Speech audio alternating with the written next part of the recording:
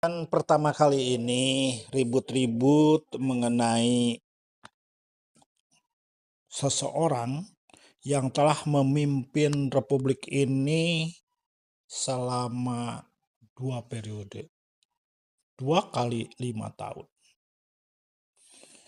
Seorang pemimpin yang harusnya menjadi presiden semua rakyat, bukan presiden satu golongan atau satu relawan atau satu partai atau satu ideologi, tetapi harusnya dia menjadi presiden seluruh rakyat negara ini. Apakah rakyatnya itu membencinya? Apakah rakyatnya itu mencintainya? Ada dua sisi. Makanya pemimpin akan mempertanggungjawabkan siapa yang dipimpinnya, termasuk orang-orang yang tidak menyukainya. Sehingga menjadi pemimpin itu tidak gampang, bahkan sangat sulit. Karena kalau rakyatnya cuma puluhan, dia bisa mendatangin satu persatu. Tetapi kalau rakyatnya sudah berpuluh ribu, beratus ribu, berjuta, berpuluh juta, beratus juta, apa yang akan dia lakukan ketika salah satu rakyatnya menjerit meminta keadilan? Apakah tanggung jawab dia? Ya, tetap menjadi tanggung jawabnya. Kalau dia berjanji mensejahterakan rakyatnya, ketika ada salah satu rakyatnya yang tidak sejahtera, miskin, malah dia tidak bisa makan, menjadi tanggung jawab seorang pemimpin. Maka ketika ada pemimpin yang diprotes oleh rakyatnya, kemudian si pemimpin itu tidak bisa menghadapinya, jalan terbaik adalah mundur. Kalau dia tidak bisa meyakinkan rakyat yang protes itu setuju dengan apa yang dia akan laksanakan. Pemimpin bukan main-main. Nah, dalam suatu peristiwa di negara tertentu, ada seorang pemimpin, bekas pemimpin, atau di negara itu masih dilabeli jabatan lamanya, seorang presiden. Ke-1 sudah meninggal, kedua sudah meninggal, ketiga sudah meninggal, keempat sudah meninggal, kelima masih hidup, keenam masih hidup, ketujuh masih hidup, dan sekarang ke-8 masih hidup. Yang ke-8 ini adalah yang memimpin negara sekarang. Sedangkan yang kelima, keenam, ketujuh itu masih hidup. Bagaimana pemimpin yang masih hidup, yang pernah memimpin menjadi kepala pemerintahan dan negara tertinggi, itu diprotes oleh rakyatnya? Apakah ada kewajiban dia untuk memberikan jawaban dari yang diprotesnya? Kalau dia mengatakan tidak, saya sudah jadi rakyat biasa, dia pernah memimpin dan dia harus bertanggung jawab terhadap apa yang diprotes oleh rakyatnya. Banyak protes, banyak adu yang mempertanyakan kebijakannya. Maka kalau pemimpin yang adil, yang bijaksana, Dia akan mendatangin rakyatnya yang tidak setuju itu. Dia akan minta maaf. Dia akan kalau perlu, dia akan mati untuk rakyatnya yang tidak setuju dengan dia. Niscaya rakyatnya walaupun benci seperti apapun, dia akan memaafkan. Apalagi kalau presiden itu pernah membangun tanpa sedikit pun korupsi, tanpa sedikit pun menggunakan kekuasaannya untuk merusakkan, meresahkan, menyengsarakan rakyat. Kali ini kita akan berbicara mengenai bagaimana perdebatan antara yang suka sama yang tidak menyukai presiden keberapa? Ke-7. Ya, presiden ke-7. Saksikan perbincangan beberapa video antara yang suka dengan yang tidak suka terhadap mantan presidennya. Saksikan. Pertama kali aku bisa bersama Arif Ruyat. Kegiatan ini bernuansa politis yang terkait erat dengan isu yang melibatkan Bapak Joko Widodo. UGM tidak melibatkan diri dalam isu tersebut karena tidak terkait dengan UGM secara langsung. Ya, ini karena sedang proses hukum di Polda Metro Jaya, mungkin mereka mencoba meyakinkan publik, membangun narasi, mencoba meyakinkan penyidik bahwa yang mereka lakukan adalah proses Jokowi's White Paper. Sebelumnya, buku Jokowi Undercover juga pernah mengguncang publik. Penulisnya, Bambang Trimulyono, dipenjara karena menulis buku tersebut. Buku putih Jokowi atau Jokowi's White Paper ditulis oleh para terlapor kasus tudingan ijazah palsu Joko Widodo, yaitu Roy Suryo, Rismon Sianipar, serta Dr. Iva. Buku setebal 700 halaman itu tidak hanya berisi kumpulan analisis teknis, tapi juga analisis ilmiah. Apakah buku ini akan menguak fakta baru atau terkubur seperti pendahulunya? Pemirsa, bersama saya Davi Pratama, inilah Interupsi setelah Jokowi Undercover terbit buku putih.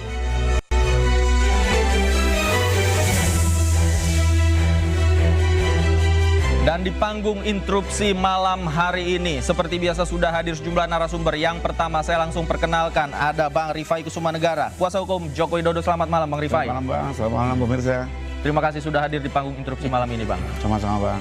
Kemudian di sebelah kiri saya juga sudah ada Abang Ubaidillah Badrun, analis sosial politik UNJ. Selamat malam Bang Ubaid. Selamat malam Mas David. Apa kabar? Baik, alhamdulillah. Nah, ini juga nanti Bang Ubaid nih pernah mengeluarkan buku. Nah, ini yang menarik nih. Nanti kita akan bahas bersama sebenarnya latar belakangnya. Kemudian di sebelah kanan saya lagi ada Bang Norman Hadinegoro, Ketua Umum Perjuangan Rakyat Nusantara. Selamat malam Bang Norman. Selamat malam. Assalamualaikum warahmatullahi wabarakatuh. Waalaikumsalam. Dan di sebelah kiri saya, ini dia yang menulis buku. Bisa sambil diperlihatkan Bang Rismon Sianipar. Ada bukunya Jokowi's White Paper. Selamat malam Bang Rismon, apa kabar? Selamat malam Bang, selamat malam pemirsa semua. Baik. Ini dia bukunya ya. Itu bukunya 700 halaman ya. Oke, nanti kita akan bedah secara spesifik. Hadir juga melalui sambungan Zoom, Joshua Sinambela, ahli digital forensik. Selamat malam Bang Joshua, apa kabar? Selamat malam. Baik, nanti Tapi saya akan minta pendapatnya Bang Joshua juga, analisis terkait buku ini. Selamat malam. Dan pemirsa, buku ini menggemparkan publik. Buku yang dibawa atau yang ditulis oleh Bang Rismon dan kawan-kawan menggemparkan publik kemarin. Sebenarnya apa yang menjadi latar belakang? Kemudian ini juga disebut-sebut sebagai senjata tandingan atas proses hukum yang berjalan di Polda Metro Jaya. Saya beri kesempatan pertama, Bang Rismon, silakan. Iya, Jokowi's White Paper ini filosofinya adalah untuk membersihkan sejarah bangsa Indonesia dari riwayat pendidikan Joko Widodo yang masih abu-abu sampai saat ini. Karena apa? Masih abu-abu karena memang Jokowi sendiri yang membuatnya. Sebagai presiden harusnya ya ijazahnya yang pernah dipakai sebagai calon presiden Republik Indonesia tahun 2014, 2019 seharusnya ijazah tersebut adalah ijazah milik publik. Nah, karena selalu disembunyikan dan pada saat memidanakan Bambang Tri dan Gus Nur juga yang ditampilkan atau yang disajikan oleh jaksa maupun hakim adalah ijazah fotokopi, maka konflik ini, ya, wilayah abu-abu ini semakin lama. Oleh karena itu kami peneliti mencoba untuk membedahnya, menganalisanya, mengkajinya secara ilmiah, dan jawabannya ada di buku ini semua. Jadi ini adalah kompilasi dari 3 tulisan ya, dari Pak Roy Suryo, saya maupun Bu Tifa, dan ini masing-masing independen tanpa ada koordinasi menulis bersama, karena memang bidang kami bidang yang sangat berbeda. Oke, Gitu, apa yang pesan yang Anda ingin sampaikan kepada halayak melalui buku ini? Ya, sebenarnya ini tidak peruntukan untuk publik umum ya, tetapi bisa dijadikan kenangan bahwa di sini sebenarnya lebih kepada bukan serangan personal terhadap Pak Joko Widodo, tetapi ini adalah kajian teknis, kajian ilmiah yang menjadi background kami yang membuktikan bahwa ijazah Joko Widodo itu satu tidak ada atau yang kedua palsu. Oke, Gitu, ya. Oke, baik, Bang Rifai, tanggapan Anda? Ya, kalau kami sih melihat pertama kemarin kita saksikan bersama buku ini sendiri kan boleh dibilang menjadi penyebab tertundanya pemeriksaan ya. Mau ikut 17-an tapi juga dijelaskan juga secara terlintas bahwa menunggu buku ini jadi.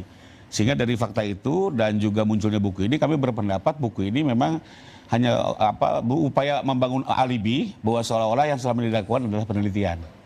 Sekalipun kalau kami melihat sih dari segi tata waktu menjadi menarik karena kita sama-sama akademisi lah ya. Bang Ubed juga tahu namanya penelitian itu seharusnya diuji dulu, diproses dulu sampai dengan kesimpulan, selesai baru ekspos. Ekspos pun juga ada tata caranya. Ada yang bisa ke Scopus, ada yang tidak memenuhi syarat. Tapi kalau yang kita tahu selama ini adalah terus dilempar di media hampir tiap hari, baru sekian bulan muncul kesimpulannya. Jadi dari segi tata waktu kami menyaksikan. Dan satu lagi, sekarang ini memang satu dasawarsa terakhir hampir rata-rata perkara pencemaran itu selalu mengemas dirinya seolah-olah penelitian. Ya. Tapi hakim juga tidak mudah terkecoh. Salah satu yang berhasil adalah perkaranya Mas Haris Azhar, teman saya juga. Beliau memang waktu itu penelitian ya, dalam konteks yang beberapa perusahaan yang terjadi di Papua. Tapi mayoritas hakim juga tidak terkecoh. Artinya silakan aja dijadikan alibi. Nanti kita lihat apa hakim teriyakini oleh buku itu atau sebaliknya. Oke. Bicara soal alibi, saya ke Kang Ubed. Kang Ubed, apa sebenarnya buku ini kan bisa dikatakan produk ilmiah begitu ya. Prosesnya juga diklaim menggunakan analisis teknis yang semuanya ilmiah. Dari tanggapan Anda seperti apa? Pertama saya lihat ini kasus ijazah yang kemudian narasinya disebut sebagai ijazah palsu ini berjalan begitu panjang ya. Sangat lama saya kira pemberitaannya dan menjadi wacana publik yang sangat serius di banyak media. Itu sebenarnya menunjukkan bahwa ada problem komunikasi publik yang diproduksi oleh orang yang bersangkutan. Misalnya dari Jokowi atau pihak Jokowi, karena menurut saya gagal untuk meyakinkan publik bahwa ijazahnya asli.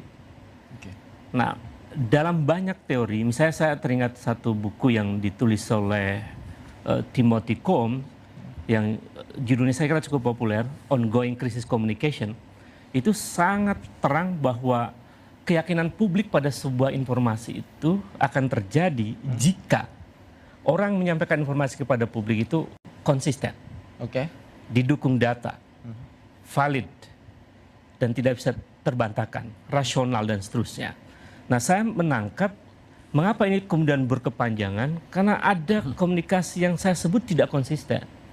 Misalnya Jokowi pernah mengatakan bahwa pembimbingnya adalah Kasmujo, pembimbing skripsinya. Lalu kemudian berubah. Jadi inkonsistensi ini menimbulkan ketidakpercayaan publik pada informasi yang disampaikan oleh pihak Joko Widodo misalnya. Ini kan mestinya kalau dalam teori komunikasi ada namanya corrective action. Cepat mengoreksi, tapi itu berlarut-larut lama. Itu yang menyebabkan kemudian muncul pandangan publik bahwa bahkan kemudian menjadi menguat, jangan-jangan betul palsu nih kan. Nah, kemudian teman-teman Mas Rismond dan kawan-kawan menulis buku sebetulnya satu upaya yang baik menurut saya dalam tradisi perdebatan hukum, bahwa ketika kemudian narasi tidak cukup untuk menjelaskan karena terlalu panjang, maka memproduksi buku yang menurut Mas Bung Rismon dan kawan-kawan itu ilmiah, itulah jalan terbaik lah. Satu jalan terbaik untuk membangun alibi yang saintifik dalam pandangan mereka yang menulis.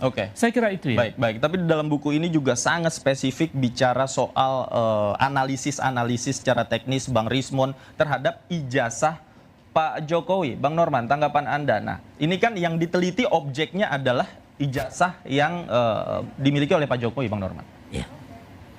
Bagi saya nggak ada masalah ya. Saya juga nggak protes. Biarkan aja nih demokrasi kok alamnya. Ya, jadi kalau misalnya abang kita ini kreatif tuh bikin seperti ini. Nah, cuman bagaimana cara mengatasinya kalau orang mau ngantem buku itu harus dibatasi. Apakah bedah buku atau bagaimana? Nah, pertanyaan saya, ini buku ini mau dijual secara umum apa tidak? Satu ya. Yang kedua, kok kemarin ini waktu di UGM kok banyak halangan, tantangan. Mungkin abang tidak menjelaskan tentang buku ini. Saya tahu lah itu isinya pasti tentang Jokowi. Kalau tentang Jokowi saya juga benci terhadap buku itu. Tapi mau diapa itu udah jadi. Bang Rismon, silakan. Ya, ini sekali lagi saya tegaskan bahwa ini nothing personal, nothing personal. Joko Widodo kita uji skripsi, bukan hanya ijazah, lembar pengesahan penguji yang kita foto sendiri, dan di skripsi itu tidak ada lembar pengesahan penguji skripsi, itu kita foto sendiri dan itu kita analisa dengan sejumlah metode. Mengapa kita tidak periksa secara analog ya, meskipun secara digital sudah cukup? Karena memang kami tidak punya kewenangan untuk menyita barang itu. Kalau ada ya langsung kami sita. Tetapi digital forensik kan sudah berkali-kali dalam kasus di dunia itu bisa menyelesaikan atau membuktikan. Mohon maaf Bang, referensi abang dari digital itu ya? Iya. Dan itu kami foto sendiri ya, lembar pengesahan skripsi Joko Widodo itu kami foto sendiri di ruang 109 di Fakultas Kehutanan UGM dan direkomendasikan atau diizinkan oleh Wakil Rektor UGM, Profesor Wening. Jadi semua di dalam metode-metode ini juga bisa dibantah, Pak. Sangat bisa dibantah. Itulah namanya metode ilmiah itu open to debate, bantahnya open bagaimana? to discuss. Misalnya ada masyarakat nggak suka dengan buku ini, dia bisa ngelapor ke polisi. Bukan itu bisa masalah terjadi. Ilmiah kita Tapi kalau dibatasi adalah gua nggak suka dengan bedah buku aja. Artinya kemungkinan buku yang dilaporkan itu bisa itu terjadi. sangat bagus itu. Iya, kalau bedah buku jadi nggak kemana-mana. Bedah buku, seminar ilmiah dan segala macam itu yang saya mau tanya. Sangat dibutuhkan malah karena kita nggak punya dana aja untuk mengadakan itu, Pak. Kalau kalau bedah buku oke, tapi kalau melaporkan orang menulis buku itu problem. Karena dalam demokrasi menulis buku adalah bagian dari karya intelektual yang memungkinkan bisa menjadi perdebatan. Baik. Jadi, tidak bisa kemungkinan itu bisa saja terjadi ketika ada masyarakat yang mungkin ingin melaporkan buku ini, begitupun sebaliknya itu bisa terjadi. Tapi kalau dibatasi dengan bagaimana kemudian kita menganalisis buku seringkali kita anggap sebagai produk ilmiah, produk jurnalistik, bahkan juga kerap diterbitkan dalam bentuk buku dan lain sebagainya. Namun tafsirannya kembali lagi ke masyarakat terhadap buku tersebut, dan potensi yang dikatakan Bang Norman ini bisa saja terjadi. Nah, bicara soal analisa, saya ingin tahu dulu pendapat dari Bang Joshua. Selamat malam, Bang Joshua. Iya, selamat malam, Mas. Bang Joshua sudah melihat dan sudah tahu tentang buku ini. Anda seperti apa melihat analisisnya Bang Rismon? Siap. Jadi kemarin waktu di UGM ketika mereka meluncing, saya persis di depan mereka, duduk di depan mereka. Jadi saya tahu persis apa isi buku tersebut ketika dijelaskan, ya, terutama oleh Rismon maupun Tifa maupun Roy Suryo, ya. Jadi dari penjelasan tersebut, setiap babnya segala macam, kita sudah paham benar isinya seperti apa, gitu ya, analisisnya seperti apa, teknologi apa yang mereka gunakan dan seterusnya, dan itu sudah kita bantah sejak beberapa bulan yang lalu, gitu ya. Jadi itu mungkin yang kita sampaikan, ya. Jadi terutama mungkin yang dilakukan oleh Rismon sendiri, yang dianggap dia merupakan penelitian, ya, itu sangat jauh dari penelitian, gitu ya. Tidak ada studi komparasi sama sekali. Dia tidak membandingkan skripsi teman-teman Jokowi. Dia tidak membandingkan dengan skripsi tahun 80-an ya, yang ada pada saat itu di sekitar kampus UGM gitu ya. Karena faktanya ya, skripsi teman-teman Jokowi persis sama seperti skripsi Jokowi.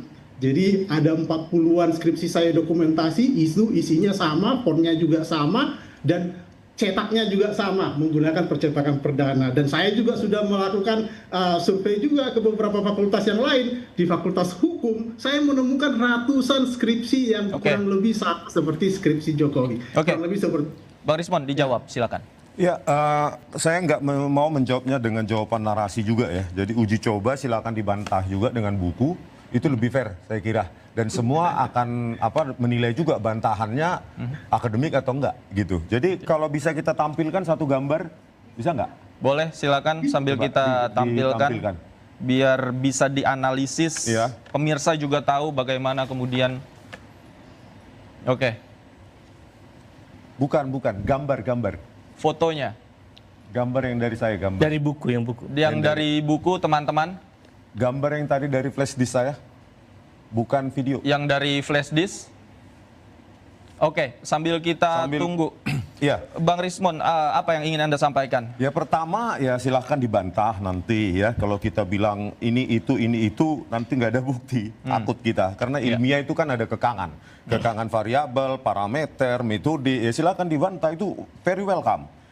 Dari bab 9 saja kita uji lintasan itu ada bukti numeriknya. Jadi ketika kita ambil potongan dari gambar tersebut dan dibaca berupa nilai-nilai numerik yang merepresentasikan nilai-nilai piksel tersebut, itu memang tidak ada warna merah, kanal R-nya itu tidak ada. Jadi kalau ada dia akan menuju ke arah 255. Kalau tidak ada maka sesuai dengan latarnya yaitu hitam ke arah 0. Itu juga sudah kita lakukan dengan dua metode. Pertama metode numerik, yang kedua adalah metode visual dengan gradient analisis. Kalau yang tadi klaimnya Bang Joshua tidak ada komparasinya, skripsi yang lain tidak diteliti, tanggapan Anda? Begini Bang, jadi kita bukan dia mungkin punya akses. Kita kan tidak punya akses, sekali foto sudah 5 menit selesai gitu loh. Dan saya, karena begini, ada banyak manipulasi, ya kita duga manipulasi bahwa hal itu juga sengaja dilakukan supaya seragam dengan punya Joko Widodo. Karena apa? Indikasinya adalah tidak ada juga lembar pengesahan penguji pada skripsi-skripsi tersebut. Padahal sesuai aturan baku dan ketat di UGM, dan saya yakin di universitas lain, lembar pengesahan penguji itu adalah wajib dan mutlak ada di skripsi tersebut. Nah, jadi bukan kita lihat secara visual saja, kita juga lakukan uji overlay. Kita analisa glib bentuk huruf.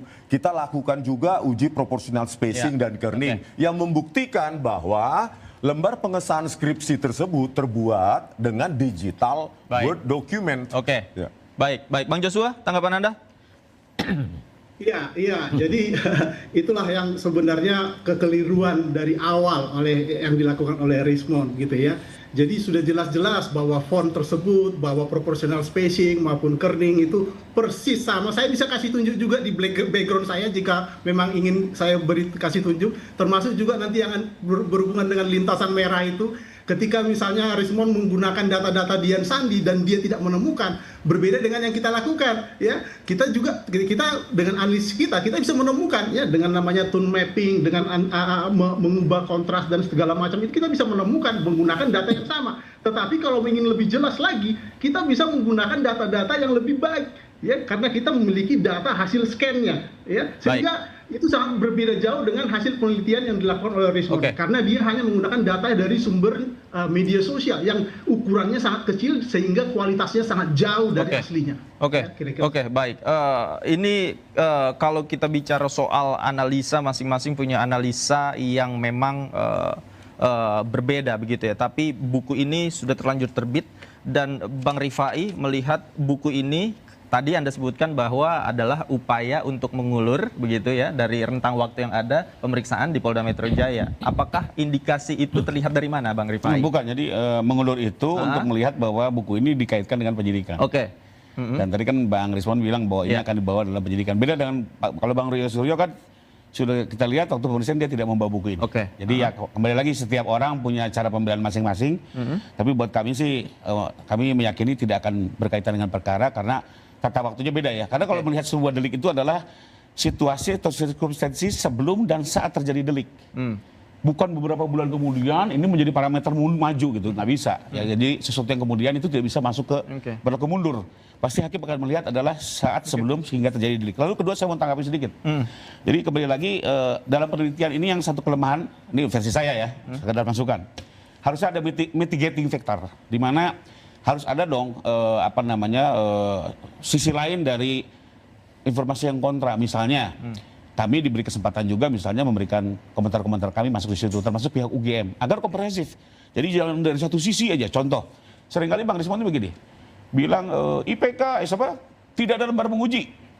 Ya, karena waktu itu beliau memang mungkin lihat di perpustakaan tidak ada, tapi saya sudah saksikan saya tanya langsung dengan Profesor Wening pada tanggal 15 saya lihat April langsung loh Bang 2025. Di aspirasi perkuliahan. Profesor Wening sendiri memang tidak ada. Ya, terserah, tapi kami lihat langsung ya ditandatangani. Saya sebut namanya nih, ada 3 pengujian tanda tangan, Prof. Ahmad Sumitro, Insinyur Sofyan dan Insinyur Baharudin.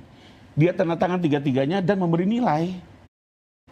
Bang nilainya. Clear, nanti makanya administrasi kuliah ini kan semua sudah dijadikan bukti. Nanti di persidangan akan terbuka.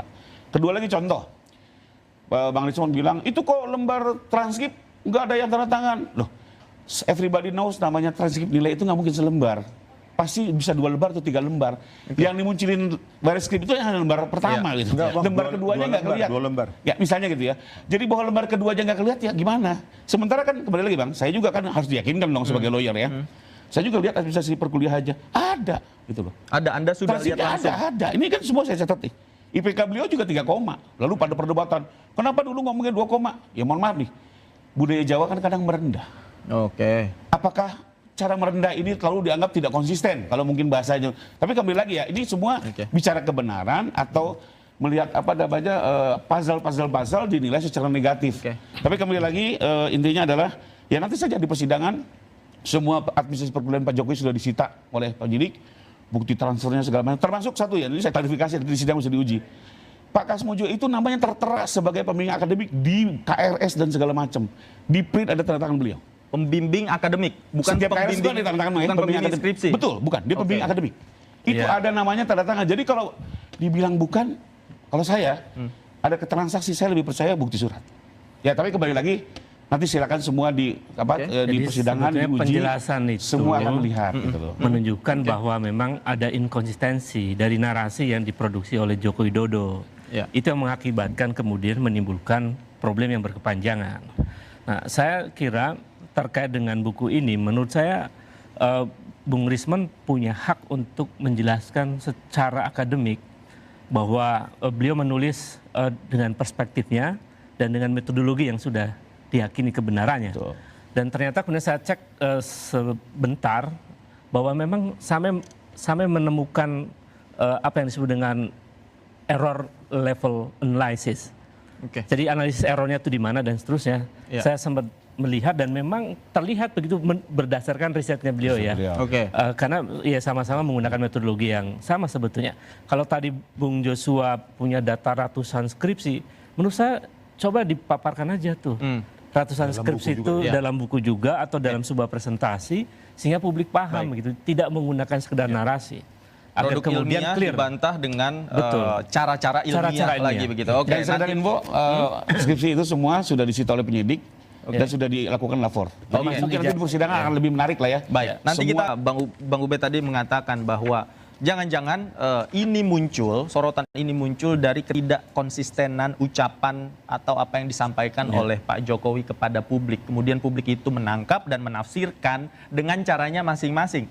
Nah, termasuk publik juga menyoroti bahwa yang kaitannya dengan Pak Jokowi ini kan pelan-pelan juga kena begitu ya. Nah, misalnya mantan-mantan relawan Pak Jokowi, kemudian juga yang kemarin terakhir Sylvester dan lain sebagainya. Mungkin saya bisa masuk dari Bang Norman. Tanggapan Anda? Tentang apa nih? Tentang ya, relawan Pak Jokowi juga yang disorot, kemudian nama-nama yang terkait dengan Pak Jokowi. Saya mau menyorot ini dulu lah. Ya. Jadi kalau saya menghadapi Bang Rismon ini, kalau saya ngototnya lebih 10 kali. Makanya saya nggak mau ngotot. lebih marah dia daripada saya. Tentang buku ini? Iya, enggak, iya. Jadi kita enjoy saja. Jadi biarkan versinya abang kita ini apa yang tadi dikatakan, oh tidak ilmiah, tidak apa. Bagi saya nggak ada masalah kok. Bagi saya isinya sudah dibahas oleh pengacara kita. Jangan kita bicara duluan telur apa Ayam. Kan itu sebenarnya. Kan itu yang kita. Nah, saya menganggap bahwa biarkan ini bergulir. Saya juga tidak antipati. Biarkan masyarakat yang menilai. Ya, karena ini karya ilmiah. Ya kan? Ada yang mengatakan bukan karya ilmiah, ya nggak ada masalah. Oke. Ya kan? Nah, pertanyaan saya kepada abang kita, syukur-syukur kalau abang kita ini mendapat rekomendasi dari Gajah Mada, Universitas Gajah Mada. Rektor memberikan pengantar. Atau ke kampus lain. Kampus. Karena memperkuat buku ini. Tapi kan kemarin kan kelihatannya kan ditolak kesannya. Kesannya nggak boleh bikin di sana. Nah, coba saya minta jawabannya itu aja dia. Ya, kita sebenarnya kan menganalisa dengan dokumen-dokumen yang kita punya. Tentu kami juga cari bukti-bukti akademik, ya. Tetapi apa yang disediakan oleh UGM memang tidak ada sama sekali ketika kami datang tanggal 15 April 2025 di ruang 109 Fakultas Kehutanan UGM. Jadi nihil. Terus apa yang kita dapat ya sebagai bukti akademik kan ditampilkan oleh Dirtipidum dan di situ memperkuat hipotesis kami. Ya, bahwa di transkrip nilai yang ditampilkan oleh Dirtipidum itu ada 2 lembar. Yang pertama ada apanya nilai-nilainya, terus mata kuliahnya. Yang kedua itu ada di situ dekan, tapi kosong, tanpa ada otoritas siapapun yang menandatangani, gitu loh. Jadi bayangkan transkrip nilai, ya.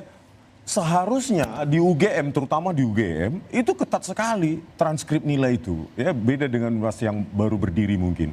Nah, di situ kan makin memperkuat kami bahwa ya transkrip nilai yang tidak ada otoritas yang menandatanganinya dan tidak ada stempel, itu ada 2 halaman ditampilkan oleh Dirtipidum. Dan di halaman yang kedua, yang ada tulisan dekan, itu kosong tanpa tanda tangan sama sekali. Oleh karena itu, ya kajian kita ini ya selaras, harmonis, konvergen dengan apa yang ditampilkan oleh Dirtipidum. Tapi pertanyaan tentang bagaimana kemudian Anda tidak memasukkan atau mengikut sertakan pihak UGM untuk ikut bertestimoni minimal di dalam ada buku pengantar, itu. Penyeimbang. Cover both side kalau bahasa jurnalis. Ini kan begini, ini kan ilmiah, Bang. Oke. Bukan mau dikomentari positif atau negatif, apapun hasilnya silahkan berkomentar. Tetapi yang paling penting adalah memang kalau dari ahlinya Pak Rifai, ya Bang Rifai memang tidak mengatakan bahwa ini salah atau kurang atau bagaimana, ya tuliskan dalam buku atau kita bertemu di seminar ilmiah. Itu yang paling fair. Kalau komentar aja kita nggak butuh komentar. Kita tidak butuh rekomendasi bukan dari siapapun. Ini buku ini berbicara untuk dengan dirinya sendiri tanpa ada, makanya dia ilmiah. Artinya apa? Tidak multi interpretatif. Interpretasi kita itu dikekang dengan output variabel maupun parameter yang kita uji, gitu Bang. Oke, Bang Rifai. Masalah relawan, tadi saya belum saja jawab. Oh, oke, ya silakan. Jadi gini ya, ini lepas daripada suka tidak suka ya, kita bicara Sylvester. Itu dulu ya. Saya berteman dengan dia itu zamannya Pak Jokowi presiden pertama bersama Pak Yusuf Kalla. Sesama relawan? Iya, sesama relawan. Oke. Saya lebih senior sebenarnya. Oke. Nah, sebenarnya sesama relawan ini biasalah. Pada waktu si Peter ini ada pemilihan gubernur, ya kan, dianggap oleh si Peter ini Pak Yusuf Kalla itu ngebelain si Anies.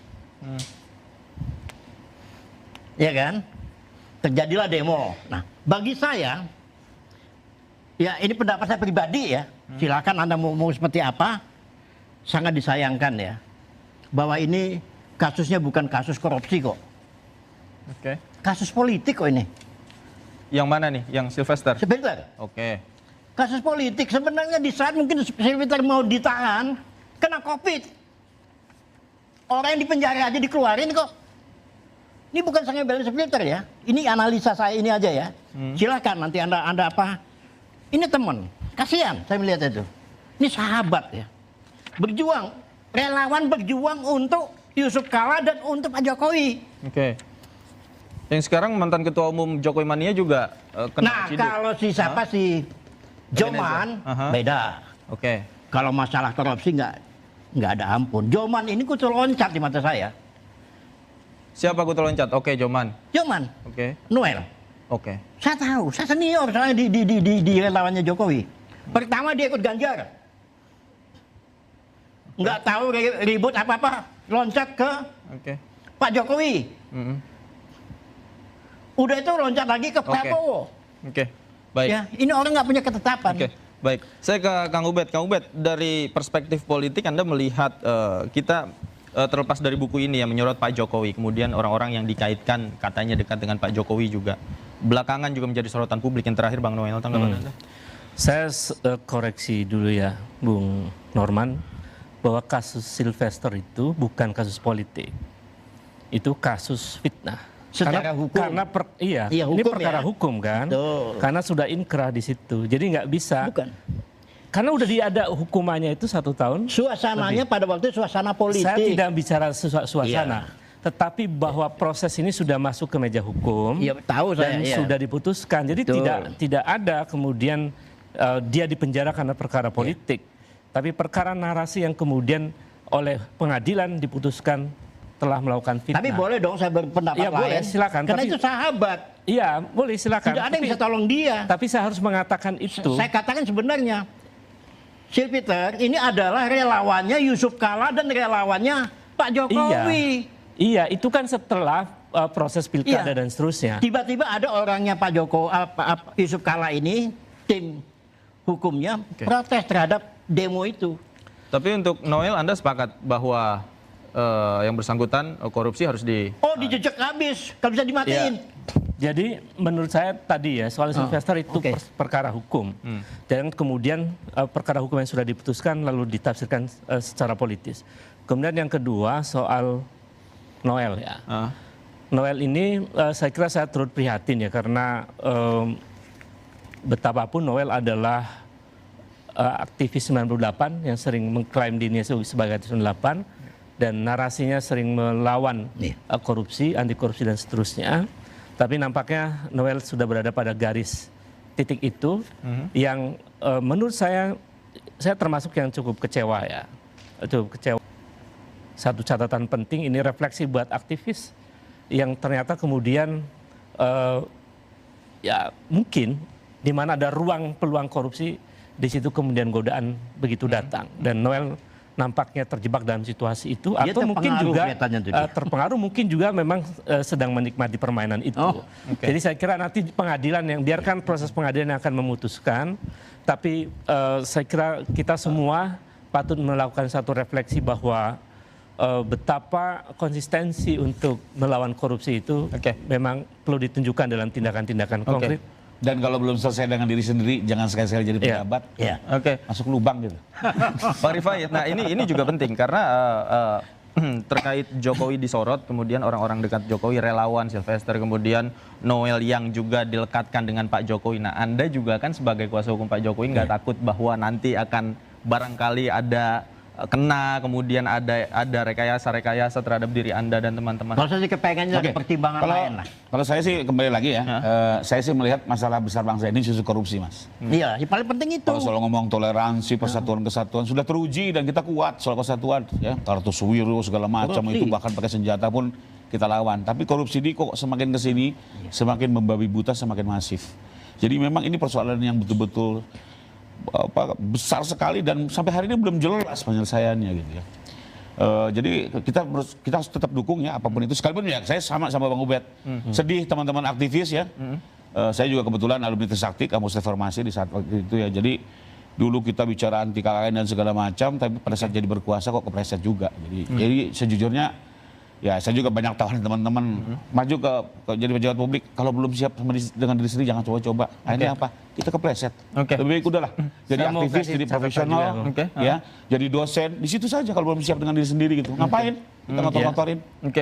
Jadi perkara Noel ini bukan karena dia relawan Jokowi. Udah relawan Prabowo sekarang. Iya sebelumnya maksud saya Jokowi mania kan.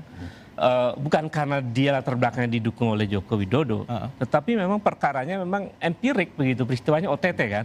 Itu sesuatu yang nggak bisa dibantah. Siapapun, mau bahkan termasuk pendukungnya Prabowo, bahkan orang Gerindra sekalipun, saya kira KPK dan cukup banyak juga kemarin ada dulu beberapa tahun yang lalu pertama kali kita digebrak setelah reformasi, alumni LBH.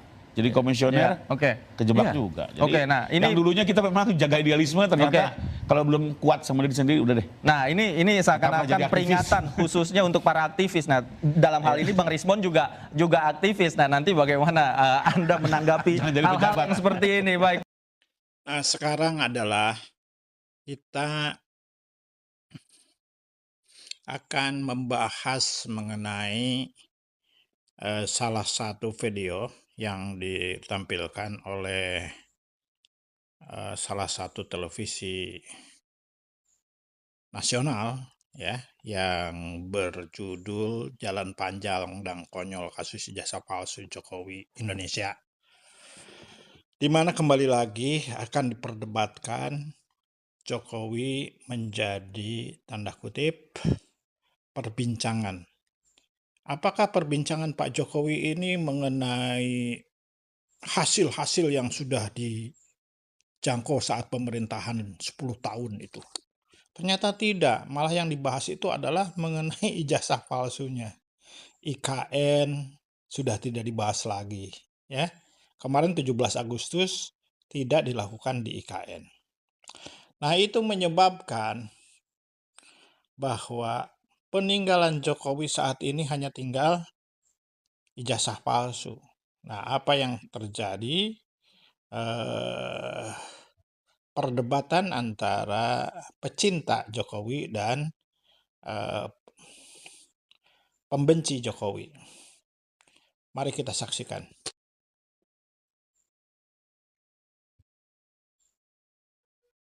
Itu begini ya, ketika menerima panggilan itu, saya memang sudah tersenyum. Karena apa? Karena panggilan itu kan awalnya dari 5 laporan di tempat yang berbeda-beda plus 1 laporannya Jokowi. 5 laporan itu kemudian ditarik ke Polda Metro, yang tadinya 5 laporan itu dengan lokus dan tempus yang berbeda-beda. Kan nggak mungkin kalau lokusnya bisa sama. Satunya di Jakarta Utara, satunya di Depok, satunya di mana, kemudian digabungkan. Nah ketika digabungkan jadi 1, yang 2 dicabut, udah lari dulu dia yang melapor ya, nggak ada. Terus kemudian jadi tinggal 3 ini juga berbeda-beda, punyanya Lecumanan, punyanya Samuel Marecekan, sama satunya siapa? Fokusnya di mana semua 3-3-nya? Beda-beda juga tadinya, tapi ternyata ini digabung dengan laporannya Jokowi yang kemudian menjadi hanya 1 lokusnya. Jadi lokusnya hanya menjadi Jakarta Pusat dan dilakukan pada tanggal 22 Agustus 2020. Dari sini saja, kalau orang yang waras ya itu akan berkata, ini lucu banget ini. Karena persoal lokus saja. Mbak, tidak hanya soal itu. Apalagi? Ya. Jadi begitu lokus dan tempusnya sudah digabung dan itu enggak. Kemudian sempat kami kemarin di TV yang lain kemudian berdialog dengan salah satu kuasa hukum asli dari Pak Jokowi ya, yang membela Pak Jokowi ya gitu. Dia berkata ya gitu, Pak Rifai namanya. Ketika saya tanya 22 Januari itu apa? Oh itu tanggal dimana sebelum dia meralat karena salah ya. Tapi itu kesalahannya sudah disampaikan di depan umum. 22 Januari itu Pak Jokowi lihat tayangan. Kemudian setelah itu didaftar yang dilihat. Yang dilihat itu ada yang bulan Maret, ada yang April, ada yang Mei. Mbak Tisa, seseorang yang melihat pada bulan Januari, ya bisakah dia lihat pada Maret 2 bulan lagi? Peristiwanya April, Mei, ini kan dagelan ini, Sri Mulat ini. Oke, gitu. baik. Nah setelah itu baru kemudian setelah saya ingatkan, itu salah loh baru. Oh iya ralat. Jadi yang dilihat Pak Jokowi itu pada laporan yang pertama, pada tampus yang pertama yaitu 26 Maret. Jadi ini udah geser lagi tanggalnya. Nah saya kemarin diperiksa, saya tegaskan dengan penyidik, ini yang benar yang mana? Yang dulu yang ketika berita acara klarifikasi 26 Maret atau sekarang 22 Januari, itu pun sudah nggak boleh, harusnya berbeda-beda. Terus dikatakan yang sekarang yang 22 Januari. Oke, 22 Januari ada saya atau tidak? Tidak ada Pak. Saya disebut tidak disebut? Tidak ada Pak. Buat apa saya hadir? Ya Bapak nanti kita tanya tentang hal lain. Oke, saya masih ngalah. Sebutkan hal Jadi lain itu. sebenarnya Bang Roy Suryo itu dipanggil aparat berwajib sebagai terlapor atau sebagai apa kalau soal hal Masih lain? sebagai saksi. Saksi. Oke. Nah, tapi Mbak, ini penting banget. Tolong nih koreksi kalau saya salah, Prof. Saksi itu hanya bisa menceritakan apa yang dia lihat sendiri, apa yang dia dengar sendiri. Dan dia nggak boleh berpendapat. Karena saksi itu hanya yang dia lihat dan dia dengar. Di situ dari 37 katanya link yang ada. Saya tanya ke penyidik, ini yang ada saya di mana? Separuhnya ada saya nggak? Nggak ada, Pak.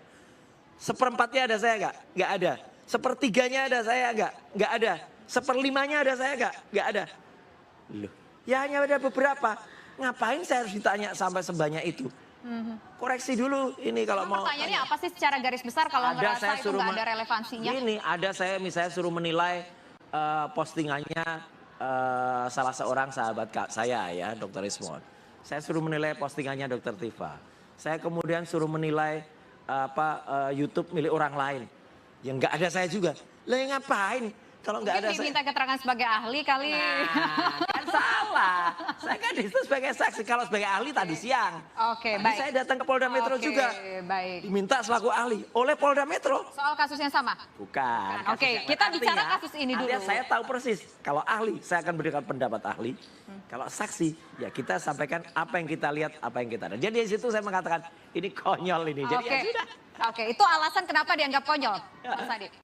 Jadi sekali lagi saya sampaikan Bang Roy bahwa betul ketika Bang Roy itu memahami dalam konteks, oh ini tempus dan lokusnya ini tanggal segini, nggak seperti itu sih sebenarnya. Jadi gini Bang Roy, dalam tahap penyidikan, ya kan, ini kesaksian Bang Roy dulu nih, yang diambil seluruhan. Ini tahu nggak perkara ini, karena masih saksi. Bisa saja dia menjadi saksi dari teman-temannya, ya kan? Belum keterangan kepada pribadinya dulu, ya kan? Nah, kemudian itu nanti pada saat tahap satu kali naik lagi, sudah statusnya berbeda. Nah itu beda lagi tuh pertanyaannya. Dan saya yakin betul Polda Metro menyidik itu tidak salah-salah. Oke. Tidak asal-asalan. Tidak mungkin sesuatu yang naik dari tahap penyelidikan menjadi penyidikan itu asal-asalan, Mbak Tisa. Karena kita tahu betul bahwa saya ikuti betul Polda Metro pada saat kasus ini. Saya melihat mereka yang bekerja itu, para polisi-polisi yang bekerja yang sebagai penyidik itu betul-betul cermat.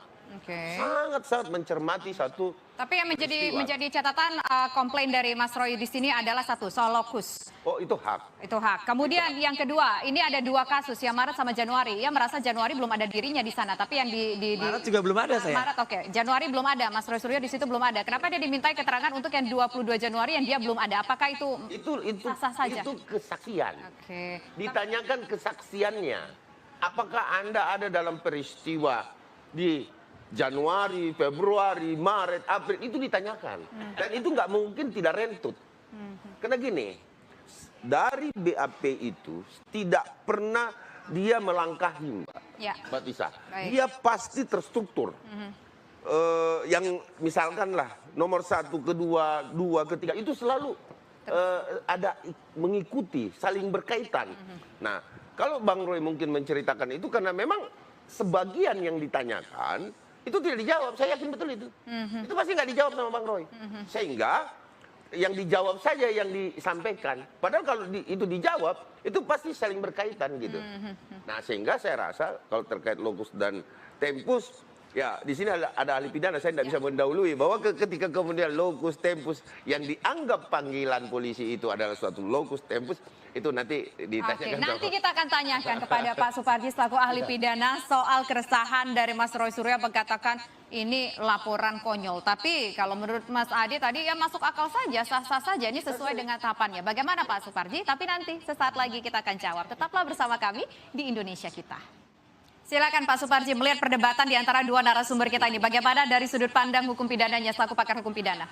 Ya, pertama kan ini proses hukum pada tahap penyidikan, yaitu satu rekonstruksi fakta berdasarkan alat bukti yang didukung dengan barang bukti dalam rangka membuat terang benderang perkara dan menentukan siapa tersangkanya. Jika memang terpenuhi setidaknya 2 alat bukti. Nah, dalam konteks ini betul dikatakan Mas Roy bahwa seorang saksi tidak boleh berpendapat. Hanya menyampaikan apa yang dilihat, apa yang didengar, dan apa yang dialami secara langsung. Baik. Tidak boleh katanya, tidak boleh katanya, atau kemudian menerangkan dari pihak yang lain. Artinya bahwa betul-betul apa yang diketahui, dialami, dan didengar secara langsung. Pada sisi yang lain, bahwa betul dikatakan Pak Ade tadi bahwa proses penegakan hukum dalam konteks penyidikan tadi itu juga harus jelas antara tempusnya, kronologisnya, dan lokusnya.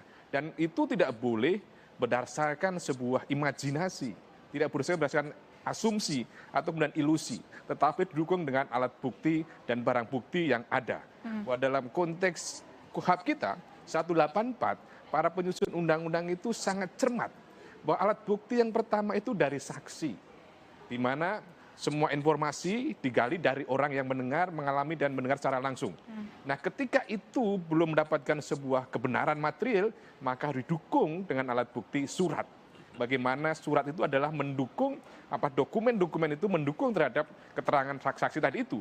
Bisa jadi saksi akan mengelak, saksi akan bertentangan dengan fakta sebenarnya, tapi disodorkan tentang surat tadi itu. Nah, ketika antara surat dan saksi ada ketidaksesuaian, maka minta ahli untuk memberikan penjelasan. Ahli itu tidak memberikan kesaksian, nomenklaturnya adalah keterangan ahli, membuat terang benderang perkara tadi itu sesuai dengan pengetahuan dan keilmuannya. Kalau dalam persidangan, bahwa ketika keterangan ahli, saksi, surat belum jelas, maka hakim dapat kemudian melakukan penilaian dengan alat bukti, petunjuk, rangkaian peristiwa-peristiwa yang ada, dan yang terakhir baru kemudian menggunakan keterangan terdakwa. Itulah konstruksi pembuktian kita. Maka dalam tahap penyidikan ini, baru sampai pada tahap bagaimana saksi memberikan semacam keterangan, dan bagaimana nanti pada konteks ini kalau Mas Roy tadi mengatakan bahwa ketika tidak melihat sesuatu apapun ya tidak bisa dijawab. Ketika tidak mengalami peristiwa tadi tidak boleh dijawab. Artinya apa? Betul-betul bahwa proses yang disampaikan tadi itu tidak didasarkan pada keterangan yang lain. Tetapi bahwa proses ini tentunya harus dihargai pada sisi yang lain bahwa memang ada laporan. Soal laporan tadi itu tentunya kan harus juga ada evaluasi apakah memenuhi unsur atau tidak. Dan itulah kemudian kewenangan dari penyidik untuk melakukan penilaian tadi itu. Jadi dalam poin ini memang kalau dikatakan ini konyol atau dikatakan ini udah kebablasan dan lain sebagainya, harapannya bahwa itu kemudian penyidik bisa mempertanggungjawabkan apa yang dilakukan, karena ini tidak main-main, memanggil orang jadi saksi, memanggil orang. Tapi pertanyaannya relevan nggak, Mas Roslio kemarin dipanggil menjadi saksi itu relevan tidak? Ya, bahwa kemudian seorang itu relevan untuk dipanggil ketika memang diduga bahwa yang bersangkutan memiliki informasi, memiliki berbagai macam keterangan yang ada. Nah, sebetulnya di dalam konteks sebagai saksi tadi itu sebagai satu forum untuk memberikan pembelaan juga. Artinya apa? Bahwa disitulah kemudian kalau tidak terlibat sama sekali, akhirnya malah justru diklarifikasi, jadi konfirmasi. Jadi disitulah sebetulnya Mas Roy seandainya memang tidak melakukan apapun, menjadi kesempatan untuk melakukan pembelaan dalam konteks itu gitu loh. Mas Roslio melakukan pembelaan nggak kemarin? Tapi katanya tadi saya tanyakan pertanyaannya dijawab nggak ada yang saya jawab. Salah nggak? Saya jawab apa yang ada, yang memang misalnya, dan ada juga yang saya pertanyakan. Misalnya ada satu yang ada video, ada saya di situ. Tapi di situ ada seseorang yang statusnya terpidana. Statusnya dia harusnya dihukum. Statusnya masuk. Dan ada di situ. Saya tanyakan loh, orang ini sah tidak untuk bersaksi? Karena dia sudah inkrah. Dia udah putusan. Dia udah kasasi. Ya, baik Pak, nanti akan kami revisi. Ya udah, saya nggak usah jawab itu. Karena satu orang itu statusnya dipertanyakan. Namanya Sylvester Matutina. Saya sebut saja. Dan hari ini katanya sakit. Ya, kemarin ya. Oke lah, kita nggak usah bicarakan orang yang sakit, orang yang mangkir itu. Yang harusnya dia sudah dipidana masuk 1,5 tahun. PK tidak menghalangi. Artinya apa? Ada beberapa yang kemudian, itu ada 2 kayaknya, saya video dengan dia gitu ya. Dan kemudian saya bertanya, ini ngapain saya harus jawab? Percuma saya jawab dengan orang yang nantinya ternyata, oh ini nggak sah dia sebagai saksi. Satu. Yang lain, saya ditanya oleh orang-orang yang kemudian saya nggak ada di situ. Itu Prof. Jadi karena saya nggak ada di situ ya, kalau tadi Mas Andi mengatakan bahwa saya adalah akan menjadi saksi dari teman-temannya, lah ini penyidik mau enak aja gitu loh. Ya carilah keterangan dari saksi-saksi yang lain. Saya tidak akan memberatkan sahabat-sahabat saya. Saya tidak akan menjerumuskan mereka. Bahkan media saya bela. Ketika di situ ada statement, kemudian ditanya apakah nanti kehadirannya itu siapa yang mengundang. Ini saya tanya, ini maksudnya mau apa? Mau mempidanakan media-media mainstream. Siapa tahu Garuda TV nanti kalau ada video saya diambil, kemudian idenya dari Garuda TV atau apa? Bahaya loh para media ini. Saya justru terangkan di situ. Ya gitu. Ini apa ya, pikiran dari para penyidik ini, ini harus direvisi. Jangan berpikiran untuk memenjarakan semua orang. Podcast-podcast dipanggil, media pun akan dipanggil. Kemudian dipertanyakan, misalnya mengundang Roy Suryo itu siapa yang jelas gak mungkin kan saya menawarkan diri. Coba tanya ke semua media. Halo, saya diundang loh. Nah, ketika inisiatif siapa yang mengundang? Terkait media, itu bahaya itu. Media sudah ada aturannya. Media sudah ada aturannya. Oke, kita nggak bicara media, kita bisa media fokus. langsung diiniin gitu loh. Jadi jangan juga kita membawa-bawa seolah-olah media juga akan Nah, kita nggak bicara soal media, kita bicara soal jalan panjang dan juga kata-kata Mas Suryo konyol gitu dalam kasus Panjang. Ya, ini kan konyolan yang disampaikan. Ada media mainstream. Kita gantian. Sedikit aja. Ada media mainstream, Mas, yang benar-benar sudah disebut gitu. Ada misalnya acara rakyat berapa, kemudian ada acara IL apa, ya itu kan media mainstream. Nah, apapun yang tadi kita dengarkan, ada profesor, ada yang mencintai Jokowi, dan ada yang membenci Jokowi, yang ingin meluruskan suatu kasus dan perjalanan di mana ini menjadi terus-menerus dibicarakan oleh semua khalayak yang ada di Indonesia ini. Tentunya ini akan berakhir, sesuatu yang awal akan ada akhirnya. Ada sebuah sedikit pendapat yang mengatakan salah atau benar, maka sang pemimpin yang salah untuk kasus ini. Kenapa? Karena kalau benar itu asli, kenapa tidak diberikan keterangan selayaknya orang-orang yang mempunyai sesuatu yang asli? Ada apa? Kenapa harus diumpet-umpetin? Kenapa harus dipanjang-panjangin? Kenapa harus ada drama-drama?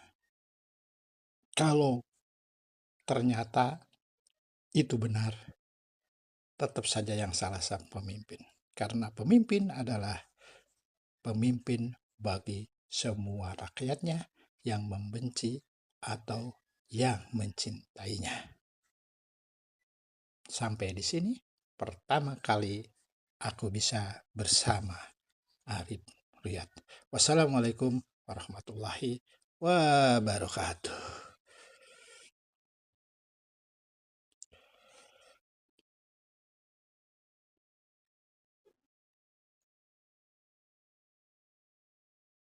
Baik. Ya, dan kemudian dipertanyakan siapa yang punya ide? Apakah Roy Suryo yang menawarkan diri? Ya nggak mungkin saya menawarkan. Nah, nanti orang yang punya ide itu. Oke, kita itu yang nggak dipermasalahkan. Gini ya. Gini, saya memediasi begitu diskusi kita pada malam hari ini. Kita nggak bicara soal media. Kita nggak bicara soal media, tapi kita ingin melihat orang-orang ini. Oke, kita melihat keresahan dari publik mengenai persoalan ini nggak kunjung selesai, cukup panjang begitu ya. Nah, silakan Mas Ade tadi. Saya jelaskan sedikit begini, bahwa kemudian kita semua publik, baik itu kelompok Mas Roy dan juga kelompok-kelompok yang pro dengan Bapak Insinyur Joko Widodo, ya itu juga menantikan seperti apa sih ending daripada satu perkara ini kok nggak selesai-selesai. Bukan tidak selesai-selesai. Saya bisa menyampaikan bahwa ini kan banyak yang diperiksa, bukan satu orang atau dua orang. Itu saksinya juga banyak, Mbak Tisha. Yang perlu kita kita sadari bahwa ini harus betul-betul cermat. Kenapa? Karena kalau ini tidak cermat, karena ini kalau saya bilang, saya kategorikan, secara personal saya mengategorikan bahwa ini kejahatan berkelompok. Ini nggak satu orang, gitu loh. Mereka berkelompok, saling satu sama yang lain, itu sehingga itu yang harus betul-betul hati-hati. Tapi saya yakin, ya bisa 1-2 bulan ini bisa sudah masuk ke pengadilan. Oke, kita setelah lihat gelar perkara. Oke, kita lihat dulu perjalanan sebelum komersial break. Kami ini kan karena berbicara pemirsa bahwa kasus ini cukup panjang, berbulan-bulan tidak selesai. Kami akan mengajak Anda untuk melihat bagaimana perjalanan kasus ini secara singkat melalui tayangan grafis berikut ini. Kita lihat pemirsa, setidaknya di tanggal 28 April 2025 relawan Jokowi dan organisasi seperti Peradi Bersatu, begitu ya, ada Mas Ade di sini telah melaporkan Roy Suryo CS ke Polres Metro Jakarta Pusat, kemudian dialihkan ke Polda Metro Jaya. Juga tuh nggak ada tuh. Nanti dulu kita ceritakan dulu ke masyarakat, ke pemirsa Garuda TV. Pada 16 Mei 2025, Jokowi melaporkan Roy Suryo CS ke Polda Metro Jaya atas dugaan pencemaran nama baik terkait dengan tuduhan ijazah palsu. Publik pun mendesak penegak hukum untuk serius menangani laporan ini. Kemudian berikutnya pemirsa, 23 Mei 2025 Barreskrim Polri menyatakan bahwa ijazah Jokowi adalah asli setelah melakukan uji forensik. Dan hasil hal ini menjadi dasar permintaan agar laporan Roy Suryo CS segera dinaikkan ke tahap penyidikan di Polda Metro Jaya. Lalu 10 Juli 2025 gelar perkara di Polda Metro Jaya menetapkan laporan Roy Suryo CS dinaikkan ke tahap penyidikan.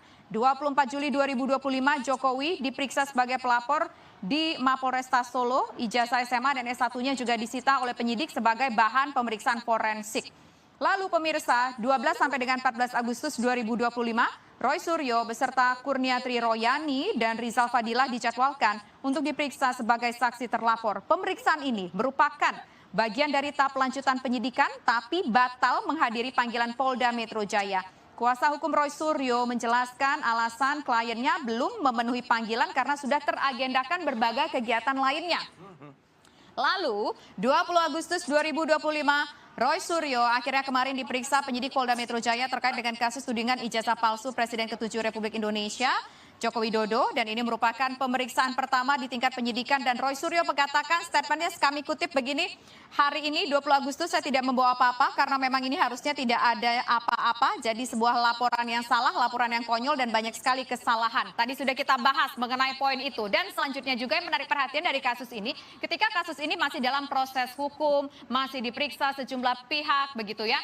Roy Suryo CS mengeluarkan sebuah buku yang mengagetkan publik, yaitu Jokowi's White Paper. Apa landasannya mengeluarkan buku ini ketika kasus ini tengah ramai diperbincangkan publik? Dan juga kemudian dalam proses hukum, ada tujuan tertentukah dan apa isi bukunya? Nanti dijawab dan kita bahas. Mungkin kita sudah penasaran pemirsa sudut pandang ataupun juga alasan kenapa buku ini muncul begitu ya ketika kasus hukum ini tengah bergulir, publik juga matanya tertuju kepada kasus ini, apa tujuan dari Mas Roy Suryo CS. Tapi sebelumnya kita ingin menuju ke Pak Suparji lagi mengenai saksi tadi, apalagi kemudian harus menjadi perhatian kita. Ya, bahwa di KUHP 185 ayat 6 itu untuk menilai satu alat bukti sudah diberikan panduan. Yaitu harus ada kesesuaian antara saksi satu dengan saksi yang lain. Kesesuaian antara alat bukti satu dengan alat bukti yang lain. Dan termasuk adalah cara hidup, latar belakang yang bersangkutan untuk bisa dipercaya atau tidak. Artinya tadi ketika kemudian Mas Roy mempertanyakan seseorang yang sudah pada status tertentu, kemudian dipertimbangkan. Karena itu ada di 185 ayat 6 tadi itu, bahwa tidak bisa sembarang orang untuk memberikan keterangan jadi saksi. Artinya apa? Bahwa penyidiklah kemudian memberikan penilaian. Apakah keterangan ini layak dipercaya atau tidak, perselisihan antara satu dengan yang lain, atau tidak bisa hanya menyandarkan satu saksi saja. Satu saksi tidak dianggap sebagai saksi, dan kemudian 1000 saksi hanya satu alat bukti saja, kecuali didukung dengan alat bukti yang lain. Oke. Terima kasih atas pencerahannya Pak Suparji. Kita pindah sekarang mengenai buku yang sudah soft launching katanya. Sudah soft launching, tapi ditolak ya untuk di launching di UGM. Gini Mbak Tisa. Mati lampu. Jadi gini. Stafnya juga mati lampu. Mati lampu. Jadi itu nggak diridoi atau gimana Bang Berni? Justru ini ada orang-orang tangan-tangan jahat yang mengendalikan kampus saya tercinta. Juga suuzon lagi Mas Oh Roy. iya, Gitu loh. jelas. Dikit-dikit selalu suuzon. Sebentar, Saya ngomong dulu. Saya ngomong dulu. Gantian Anda nanti, bukan Mas orang Adi. UGM, Anda bukan orang UGM, jadi nggak ngerti di dalam UGM ya. Enggak, kita nggak menjelekan institusi manapun. Makanya, jadi satu ya, izin sudah kita urus pada tanggal 17 Agustus. Ya, kami sudah mendapatkan izin untuk menggunakan ruang Nusantara namanya. Itu di UC, University Club. UC adalah unit badan usaha milik Universitas Gadjah Mada. Bisa dipakai siapa saja. Bukan mesti dia harus alumni, bukan dia mesti harus orang UGM. Orang umum bisa dipakai buat nikahan, bisa buat acara syukuran, bisa buat acara ulang tahun aja bisa. Sudah kami dan apa yang kami masukkan itu adalah acara memang diskusi untuk memperingati 80 tahun Indonesia Merdeka pada tanggal 18 Agustus jam 2 siang sampai dengan jam 5. DP sudah dimasukkan, sudah diterima. Malam harinya tiba-tiba kami dapat info. H-1. Ya, H-1 kami dapat info bahwa kampus itu, ya gedung itu disatroni oleh oknum-oknum tertentu dan mengajak polsek dari Bulak Sumur. Ya, dan itu membuat ketakutan manajemen. Manajemennya bilang sendiri, kalau kami merasa, akhirnya pagi-pagi dia hanya mengirimkan WA kepada panitia. Maaf, kami batalkan karena pertimbangan keamanan gini-gitu. Apa-apaan ini? Tapi akhirnya oke lah. Karena kita harus rapat, itu kita rapatkan. Kebetulan Mbak Tisa, ini sekaligus saya koreksi tadi ya pada lead beritanya, tidak pindah. Oh, Ya, nggak tetap pindah, di situ. Karena apa? Itu Dia ruang mati lampu? Ya itulah makanya kami kemudian makan di kafe itu, makan siang sambil rapat. Kami makan siang di kafe itu. Udah sembari kami makan siang, kami sholat zuhur ya. Kemudian apa? Nah, teman-teman sudah pada datang kan nunggu kita. Ya udah kita jam 1 rapat. Jam 1 rapat ternyata pengunjung udah pada datang, 1:30 datang. Ya udah kita ajak makan aja. Nah sembari makan, ya udah Mas, ngobrol-ngobrol. Ya udah kita lonceng di situ aja. Ya udah kita ngobrol lonceng di situ. Dan memang ada keberatan dari pihak Pak, tapi nanti kalau ini bentuknya nggak usah kayak acara nggak usah pakai backdrop. Kami patuhi. Oke, nggak ada backdrop karena ini kan di rumah makan. Oke, Gitu loh, di kafe. Ya udah, kami patuhi nggak ada backdrop ya. Ketika kemudian kami menyanyikan lagu Indonesia Raya, Mbak, ini semua publik pemirsa Garuda TV harus lihat. Kami lagi menyanyikan himne Gadjah Mada, sudah selesai. Kami lagi melafalkan doa. Doa kepada Tuhan Yang Maha Kuasa, kepada Allah Subhanahu wa taala. Tiba-tiba lampunya dimatikan, AC-nya dimatikan. Kenapa saya bilang dimatikan? Ya, karena kami lihat di toilet nyala, kemudian di lobi nyala. Terus kami mau tanya, saya kan ngerti lah Ustaz. MCB-nya mana nih? Jatuh. Wah, alasannya macam-macam gini-gini. Wah, kami nggak ngerti. Nggak mungkin, itu pasti dimatikan di MCB. Udah jelas. Oke, baik, silakan. Gitu. Jadi Mas Ade ini ingin menanggapi. ada sabotase yang ada. Tapi alhamdulillah acara itu berlangsung dengan lancar. Dihadiri Jenderal Pak Tiasno Sudarto, ada juga Mas Refli Harun, ada juga Pak Saidi Dudu, dan tokoh-tokoh, dan alhamdulillah sekali lagi acara soft launching berlangsung dan aman dan tetap di University Club, hanya ada di kafenya. Oke, silakan Mas Ade. Jadi saya tanggapin sedikit Mas Roy, bahwa kemudian kalau terkait launching buku Mas Roy ini, itu UGM bahwa dibatalkannya itu ada 2 alasan. Yang pertama adalah alasan administratif kalau nggak salah, terus kemudian alasan politik. Administratifnya konyol. Ya. Nanti gantian Mas. Gantian dong. Saya nggak bantah Mas Roy. Gantian dulu, kita kasih Mas Ade. Iya, nanti dijawab. Silakan, Mas Jadi Ade. kemudian Ketut Made itu saya juga lihat pagi-pagi saya, berarti dibatalkan. Kenapa dibatalkan? Dengan 2 pertimbangan tadi. Terus kemudian pembayaran juga dilakukan, itu sudah dikembalikan. Jadi UGM juga di sini tidak mau mengambil tidak mau ikut-ikutan dalam hal kisruh yang terjadi secara politik. Dan memang kalau itu dibuat di UGM, nanti pasti diklaim tuh.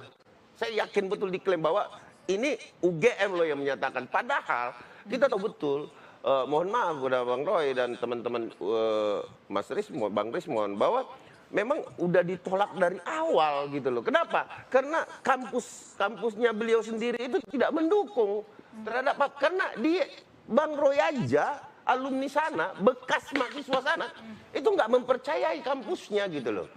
Ya kan? Nah ini yang membuat, ya kan, UGM merasa keberatan.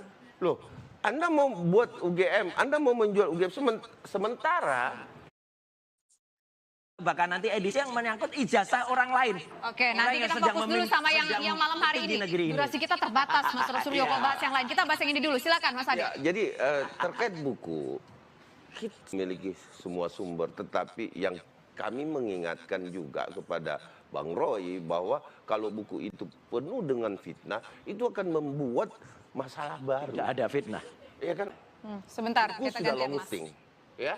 Sementara yang dibahas juga seperti yang saya katakan tadi, bahwa tidak memegang bukti primer dari ijazah, gitu loh. Nah, dibahas di dalam itu ijazah. Sementara buku harus memiliki sumber-sumber sekunder dan primer. Nah, ini yang saya cuma mengingatkan Mas Roy.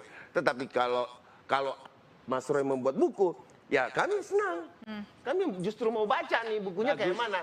Gitu loh. Nah, itu. Biar tambah Jadi, pinter itu nanti. aja bahwa mudah-mudahan buku ini bukan menjadi masalah baru buat RRT. Oke, saya menuju ke Pak Suparji. Apakah kira-kira ini ada potensi hukum lagi atau mungkin bisa menjadi bukti baru bagi para berwajib untuk katakanlah mempidanakan Mas Roy Suryo CS, atau ini bisa jadi sebuah kasus baru lagi? Ya, kalau bicara buku, saya teringat kata-kata Ali bin Abi Thalib. Nah, Ikatlah ilmu dengan tulisan, ikatlah tulisan dengan buku. Jadi buku adalah pengikat tulisan dan tulisan adalah pengikat ilmu. Maka kemudian kalau buku tadi idealnya kan berdasarkan sebuah hasil penelitian. Soal data primer, data sekunder. Data primer dalam konteks ini adalah data yang bersumber langsung dari asalnya. Wawancara, interview, observasi, dan sebagainya, atau kemudian undang-undang. Dalam konteks data sekunder bisa buku, ataupun makalah, atau paper, dan sebagainya.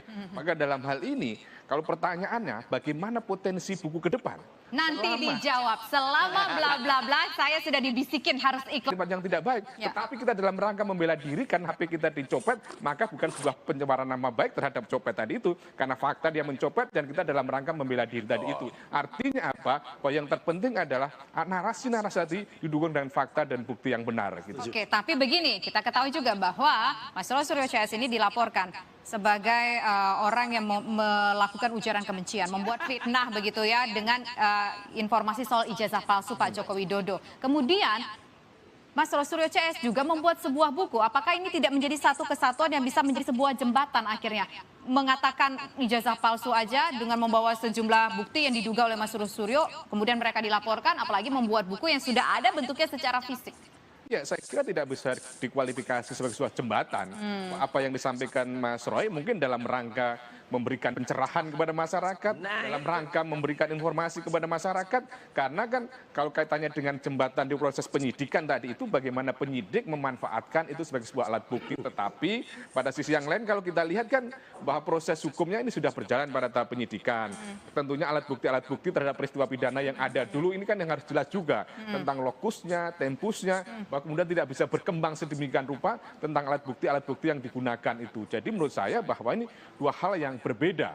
Tapi yang terpenting adalah bagaimana penulis mau mempertanggungjawabkan apa yang ditulis gitu. Ini tidak akan berujung seperti cerita buku Jokowi Undercover. Saya kira tidak akan sampai ke situ. Tapi itu sekali lagi ada pertanggungjawaban pada penulis tadi itu. Kalau ada pihak-pihak berkeberatan, bertanya saja kemudian mengkonfirmasi, mengklarifikasi, jangan langsung melaporkan kepada polisi. Oke, silakan Mas Ade. Ya, jadi kembali ke persoalan buku. Buku ini itu tidak ada hubungannya dengan apa yang terjadi di pelaporan pidana. Ini juga tidak bisa digeret untuk menjadi alat bukti. Tetapi menjadi sumber pidana baru. Sumber pidana baru. Ini pikirannya memang kotor. Sumber pidana baru yang kemudian ketika isinya buku ini ya ada unsur tidak pidana di dalamnya. Makanya kalau memang Mas Roy menganggap bahwa buku ini tidak ada pencemaran, tidak ada fitnah, tidak ada yang betul-betul saya anggap bisa. Tapi saya ragu deh, kalau enggak kan cetak aja. Loh, ya memang banyak aja. Edarkan saja gitu loh. Terima kasih. Jadi buku ini dalam proses ongoing cetak akan di grand launching nanti pada tanggal 27 Agustus ini dan akan diselenggarakan di satu tempat dan nanti akan ada diskusi di 2 kampus. ya untuk membahas. Jadi ini ilmiah betul. Dan jangankan buku ini, semua statement saya kemarin itu juga ilmiah dan sesuai dengan apa. Untuk Tapi bisa jadi pidana baru. Silakan ditanggapi poin itu. Kalau jadi pidana baru ya itu berarti orang-orang yang picik pikirannya untuk mempidanakan ini. Ya, picik sekali lagi. Ya, gitu. Karena buku itu ilmiah. Dan kalau memang tidak sampai kemarin, mungkin kemarin tuh karena melihat YouTube, kemudian kemudian pikir, wah ini menghakimi saya sehina-hinanya. Baca dulu bukunya. Tapi ya orang harus bisa baca buku ilmiah. Tidak hanya Sincan ya, mungkin otaknya nggak sampai. Silakan Mas Ade. Jadi gini, ini betul-betul kalau saya lihat memang Mas Roy ini hobinya ngeledek dan menjatuhkan Pak Jokowi. Bisa menjatuhkan Jokowi? Mananya kalimat? Justru kalimat mana yang saya menyebut nama itu? Bacanya Sincan. Orang yang baca Sincan tuh banyak banget. Iya, maksudnya gini loh. Jadi semua juga tahu Mas Roy, bahasa narasi-narasi Pak Roy ini bahasa narasi-narasi yang menjurus ke arah situ, Mas Roy. Jadi gini, Anda yang jahat, Mas Roy, bukan Pak Jokowi yang jahat. Anda yang jahat.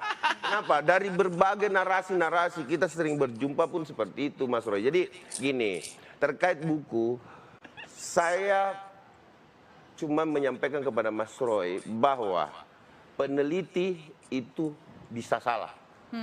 Peneliti bisa salah. Iya. Tapi peneliti tidak boleh melanggar hukum. Oke. Itu kalimatnya Oke, kayak terakhir gitu. silakan Pak Supardi. Pertama, bahwa peneliti itu harus apa adanya. Ya, Tidak setuju. boleh ada apa-apanya. Ya. Artinya harus objektif dan rasional.